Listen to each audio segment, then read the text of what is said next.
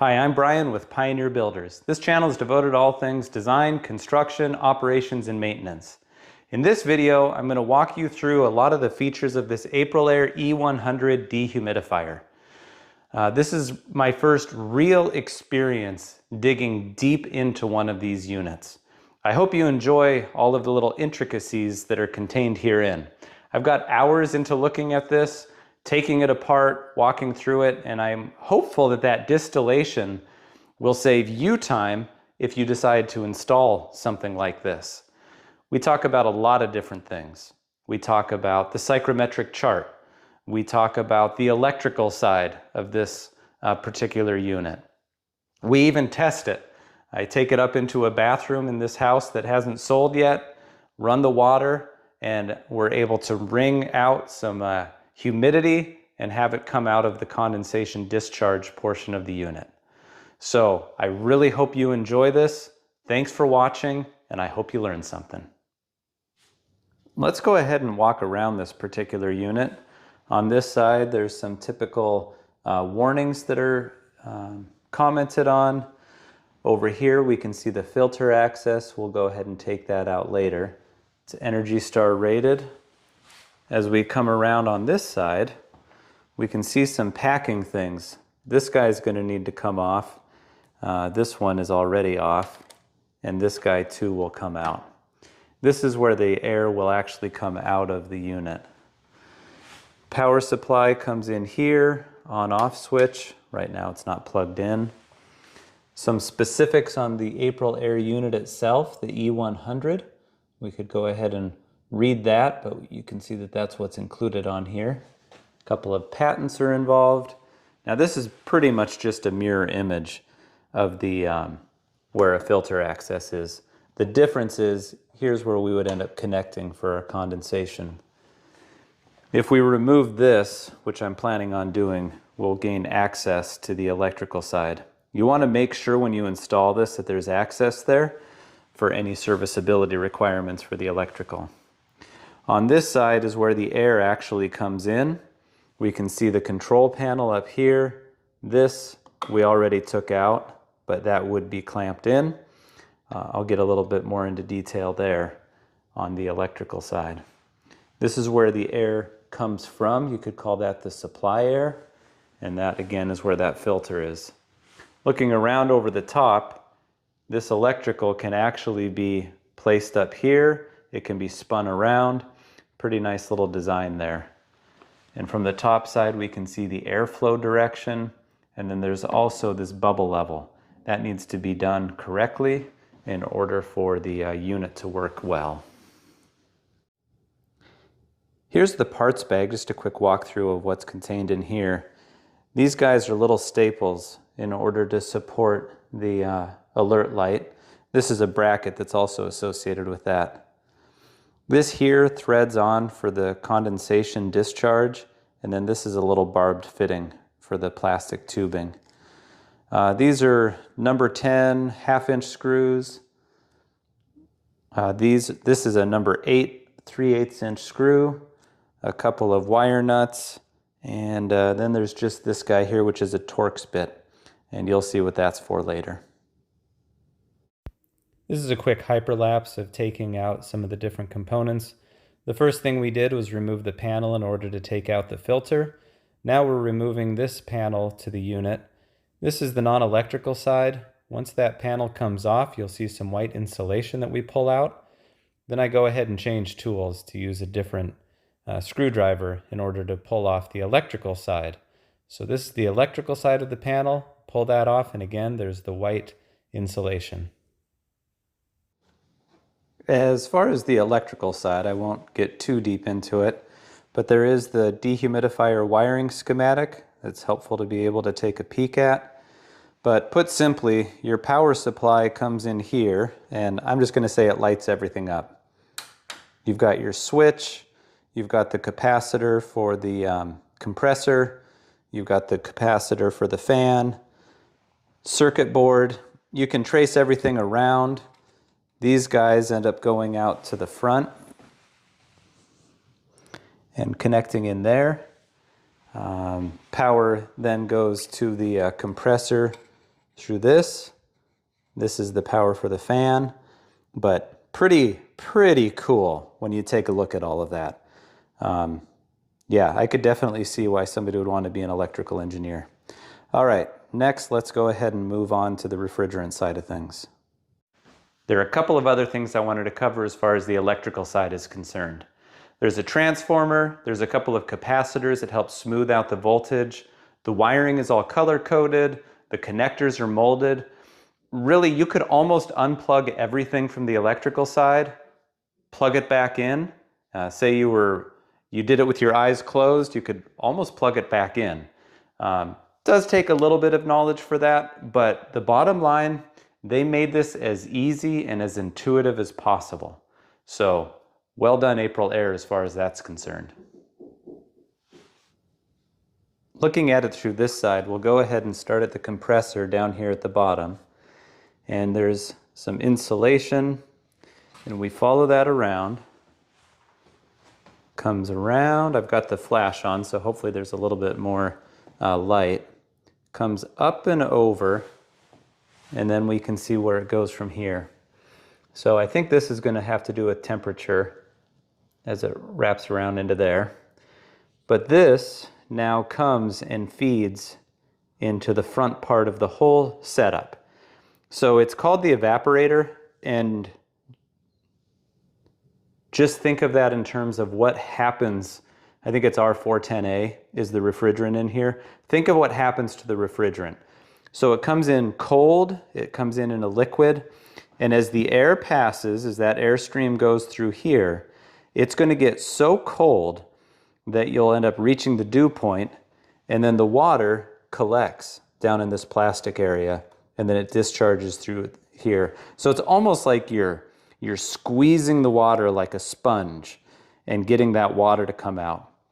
Now this evaporator refrigerant will start evaporating.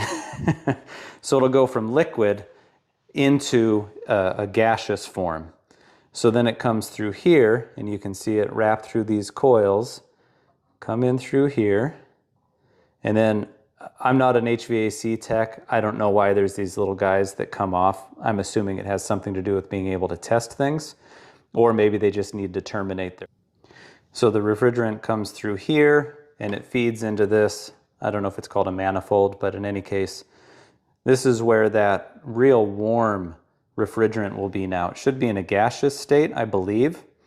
Anyway, so the airstream will be being drawn through this whole area, not the electrical side.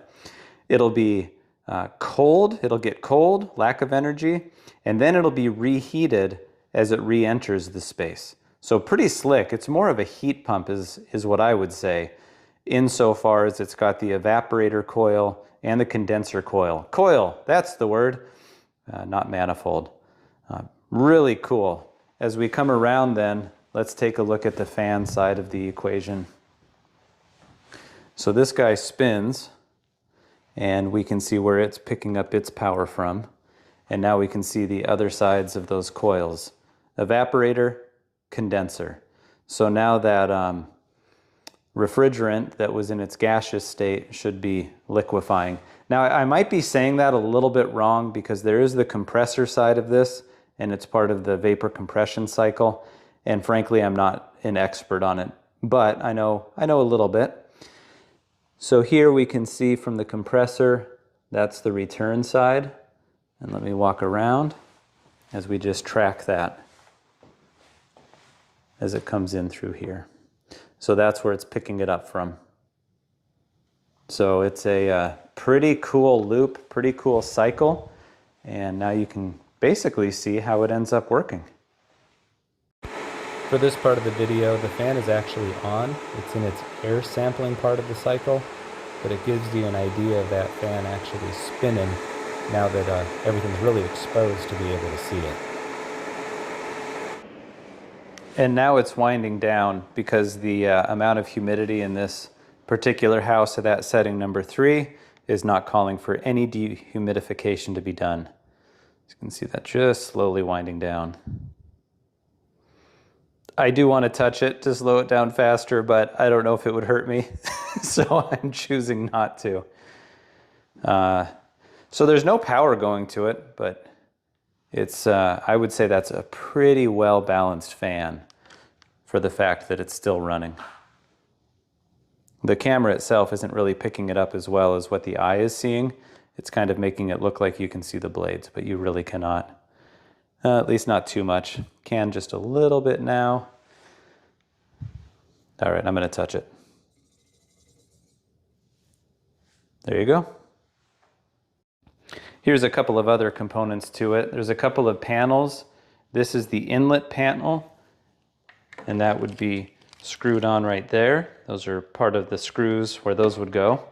You can then duct from here if one so desired. There's certain instructions that go along with that. And then here's the outlet panel.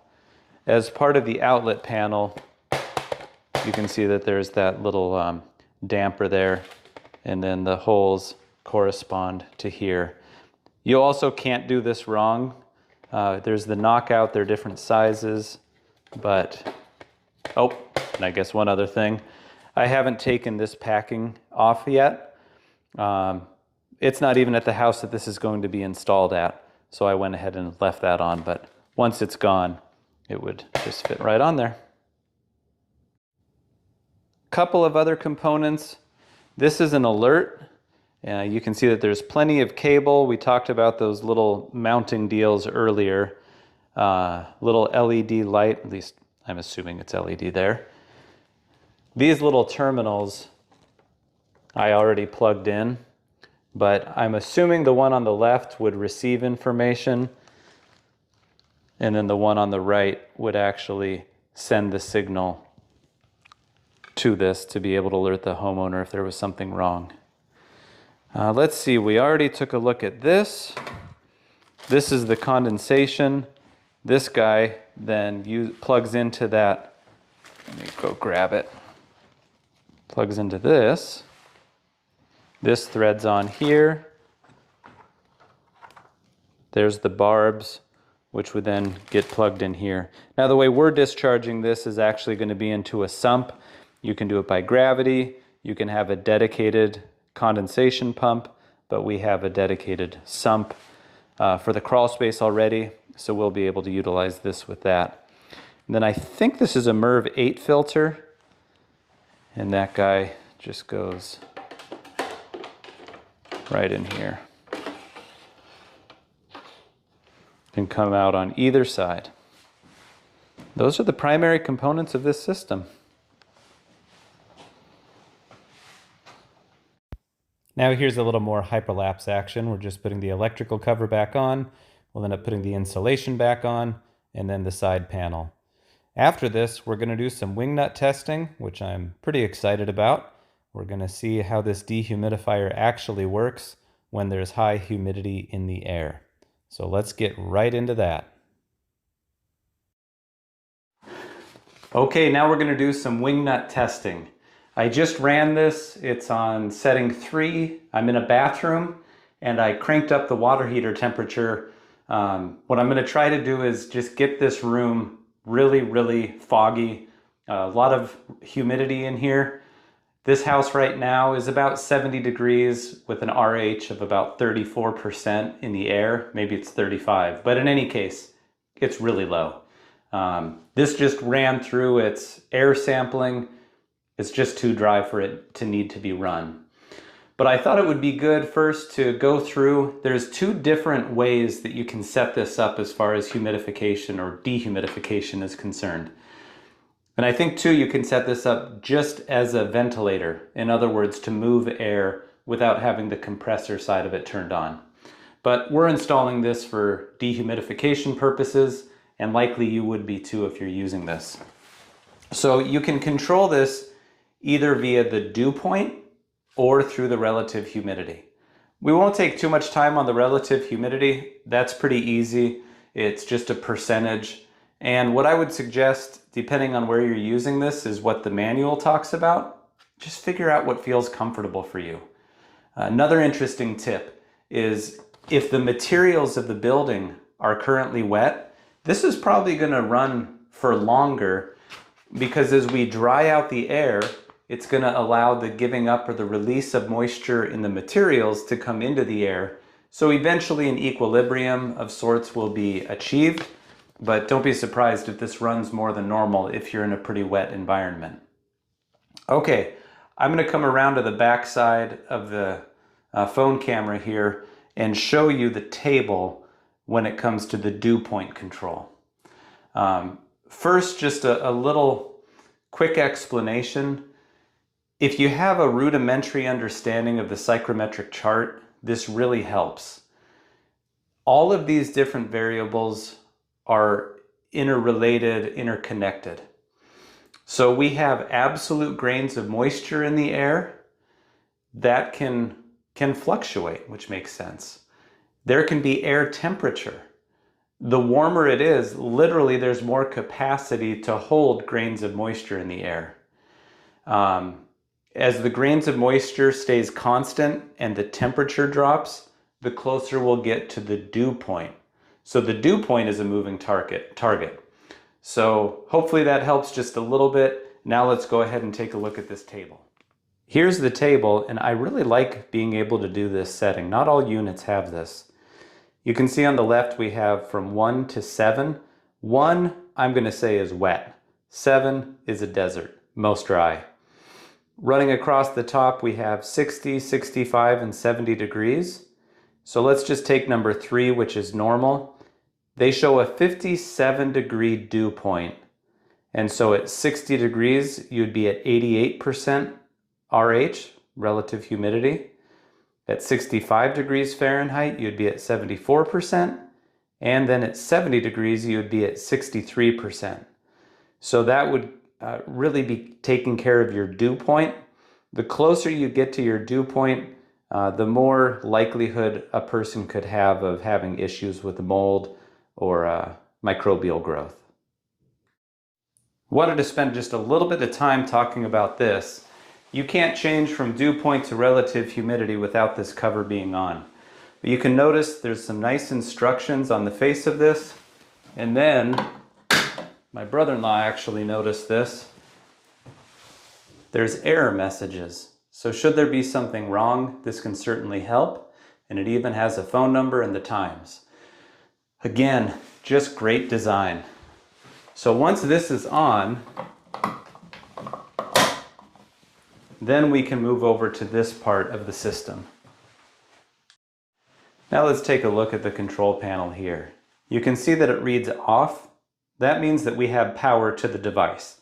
It just isn't actually turned on. Put simply, that just means that we have it plugged into the wall. You have to activate the backlight in order to be able to access this portion of the controls. You hold that down for a few seconds. Now we can change. Right now, we're using the relative humidity method. You can see that it's enabled. By pressing that, we can change it to disabled. Press mode. By talking about the remote, that would be if we had a Model 76. Basically, it's an interior, what looks like a thermostat, to be inside of a house. Anyway, we'll press that again, and it says that we're done.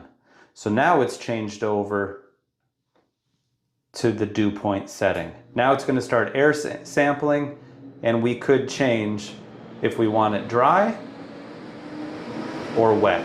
We're going to go ahead and leave it wet because of the work that we're going to try in activating this and make it work in dehumidification.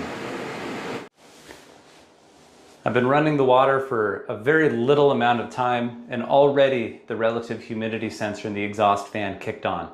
So I don't know how well this is going to work. I'm going to take the dehumidifier, put it up to level 7. This is in the dew point setting. So I'm hoping that it will want to make things as dry as possible, and that'll trip it sooner to really start wringing moisture out of the air. We'll see. All right, we have liftoff. We are dehumidifying. Let me see if I can zoom in so you can read that. And now we're going to set this up and see how much water we're able to get out. So if you can see in the background, there's a little bit of water sloshing around. I'm going to go ahead and hold this cup up to catch the spill. So normally you would have that piece inserted in there that has the barbs on it. and that would go to the hose. While we're waiting for this to spill over, you can also see the adjustable legs. You could set this down. You want to elevate it so that you get gravity drainage from this point. And like I had mentioned before, we're actually going to use a sump to be able to catch the water. So you can gravity drain it. You can do a condensation pump, a condensate pump. But let's go ahead and just watch this. We're getting pretty close to a spill over here. Probably within the next 10 seconds or so would be my guess. I cut this down so we could see the water spill over without having to wait for too long.